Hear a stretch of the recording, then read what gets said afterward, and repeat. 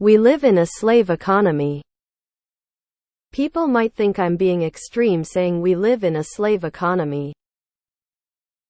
But what's the difference between a slave owner giving you just enough food to survive and a bed, and a corporation paying you half of what you need to have a place to sleep, and the government having to feed you because you don't get paid enough to afford a bed and food? The difference is nothing. People just pretend the money being temporarily passed through our hands makes a difference. Edit update. Instead of responding to every single comment, I'm going to put this update to respond to the people whom I would be repeating myself to. In response to those attempting to say that I am directly equating modern-day wage slavery to chattel slavery of the American pre-industrial period, I am not in any way speaking about the level of suffering imposed upon the slave class. This post is to bring attention to the fact that the structure we live under in modern America is exactly the same structure as any other form of slavery in the world. If you provide labor, you are given just enough to live. If you deny your labor, there are severe consequences imposed on you. Consequences are consequences. I'm not going to have a conversation or start one about something as subjective as comparing one form of suffering to another. That is a moral and philosophical conversation separate from this one. They found a better system. It's always about control. Don't be absurd. Slaves are valuable property to their owners. We are disposable. Nobody in the comments seems to know about wage slavery or the fact that there are as many kinds of slavery as there are kinds of historical societies. Chattel slavery isn't the only kind of slavery. Hell, a few of the guys in Plato's dialogues hanging out with Socrates were slaves.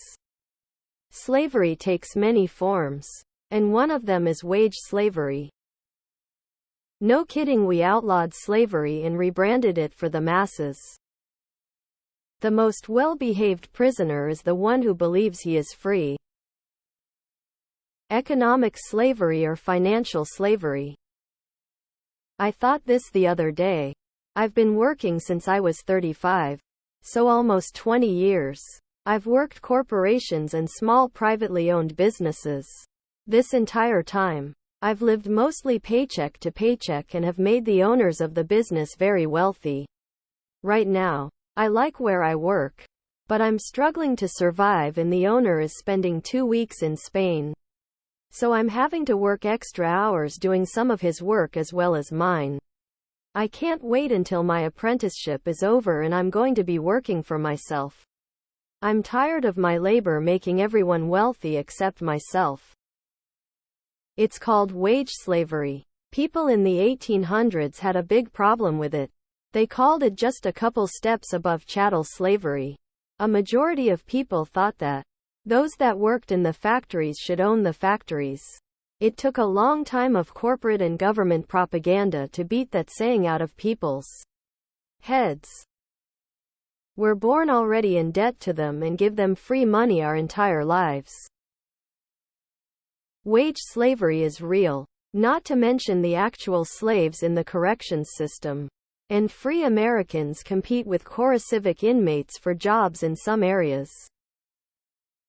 Funny. If you make too much, then the government won't even help you eat. Which is basically $30,000 a year for 2 people. So you can't afford to eat or live. Yep. And just as enslaved people can often never earn or buy their freedom, no amount of corporate profits sent off as dividends will ever pay off shareholders and free the workers. How is that extreme? No one is able to tell me how work or die isn't just slavery with extra steps. How does Dr. Wolf put? First we had the master-slave relationship. Then came lord-serf. And now we have employer-employee. In that sense, yeah, the overall structure has not changed at all. Except now, the chains are made of debt and the need for healthcare, instead of iron. Housing crisis. Housing is a basic need, like water and air for every human. Today's economy turned housing into an investment product. As such, nowadays you need to give more than 50% of your disposable income just to have a roof on top of your head. Also, if you lose your job, all your savings are evaporating just because of your rent. I call this dependency on a job, just to cover a basic need. Very close to slavery. It's been that way for a long time. It's just gotten worse. George Carlin was talking about this 30 years ago. Honestly, he touched on it during his whole career after he stopped doing TV-safe material. My poverty, not my will, consents. Has anyone mentioned that prisons in the U.S. are a legal source of slave labor? There was a New England preacher, Channing, in the 1800s that compared slavery to industrial employment and noted that industrialists preferred hiring employees to having slaves because they were then no longer responsible for the soul of that person. That made workers disposable and of less enduring value than slaves. And employers still want to keep that perk of not caring for the soul of their workers and resist universal healthcare and real vacations and safer working conditions and living wages. The lost cause isn't totally gone. True facts. We really do live in a slave economy, and the overlords are doing everything they can to reinstate slavery and remove any last vestiges of workers or human rights. It is more like serfdom, indentured servitude, than slavery. The idea that we have to work for someone else or provide value to someone else in order to barely live. And that the landlords, politicians and elites get to set the rules for how much you have to work. Honestly, I'd rather just build my own house and grow my own food at this point. At least I'm doing it for me and not getting scraps from some micromanager. Me reading this post finishing work at 10:38 p.m. when I started at 8 a.m. lol. They want you all scavenging for crumbs to keep you busy and distracted from their crimes. They want you blissfully ignorant while they make billions. It's how this government wants things to be. People afraid to question them or too hungry to question. You want to start a company? Better have tons of cash already available to even start. You want to make money?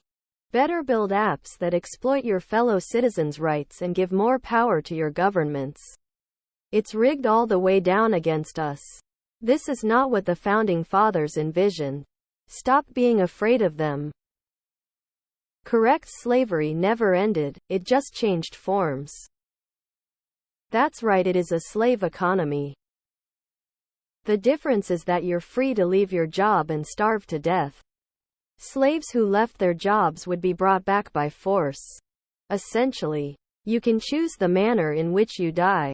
It's an improvement over being literally chained up, but a lot of the social structures remain the same. It's still about funneling wealth value to a few at the top, instead of creating systems where wealth is fairly distributed across an entire society.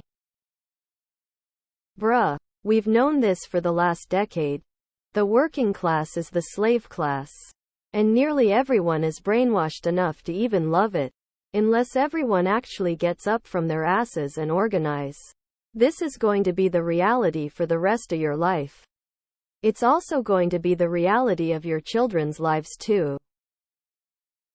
Finally, oh God, I was trying to find a way to put it in these words, and it's not like they want us to realize this. But there is no difference. And they do it with a straight face and pretend it isn't slavery. Which somehow makes it even worse. I'm a black dude reading this, and a lot of comments are making a wild connection OP didn't hear. Someone did say something about us being more like serfs, which makes sense too, but I thought it was a good and quick to the point breakdown. We're fucked. FFS. He meant rich people taking advantage of the poor. The use of the term slave may have been inappropriate, but going off on one about the history of its meaning is off topic and ridiculous. Always have been.